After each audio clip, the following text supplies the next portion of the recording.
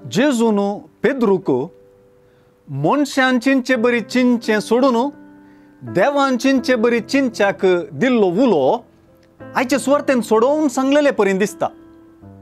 कुरीस कष्ट संकष्ट मरण आणि पुनर्जीवनपण केवळ जेजूक मात्र लगती जाल्ली गजाल न्हय, बगर ती हरेका ताच्या पाटलाव्याक लगती जावची गजाल म्हणून जेजून शिकयलें। देवान चिंचे बरी चिंचे म्हळ्यार जेजू परींच करचे आणि जेजू बरींच जावचे।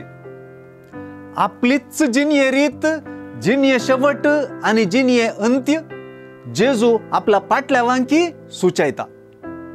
हेर उतरांनी सांगचें तर आपणाविशीं उलयतना वापरली कुर्साची बासस जेजू आपल्या पाटल्याव्या उदेशी उलयतनाय वापरता। जो कोण आपलो जीव मुजे पासत आणि सुवार्ते पासत होगडायता तो आपलो जीव निजायकी वाटायता म्हणल्या उतरांनी जेजून आपणाकच सुवार्तेक सरी केल्लें दिसून येता। सुरविले पवित्र सभेंत स्पष्ट जालां तशें जेजूच्या कष्टा मरणा आनी पुनर्जीवनपणाच्या विशयांतली गजालच सुवार्ता जावन गाजली हें आमी जाणाव। मार्का प्रमाणे सुवार्ता आज एका निर्णायक हंताक पावता। आतां जेजूचो पाटलाव करतल्यान जात्र्या गेल्ले बरी दिक दिशा नासलेले परी जेजू पाटल्यान वचोंक जायना।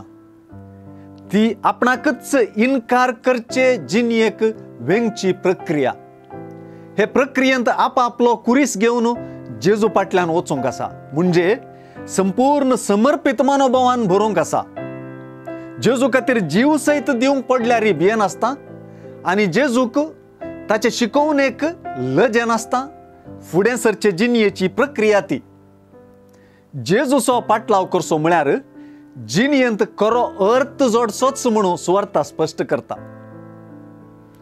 क्रिस्तावीन जिनियेक आनी स्वकेंद्रीत संवसारी अस्तित्वाक लबदल्ल्यांचें जिवीत नासाचें, पूण क्रिस्ताक विश्वासी रावून जियेल्ली जिणी संवसारी मरणामध्ये जिविताची संपूर्णताय जोडून दिवची।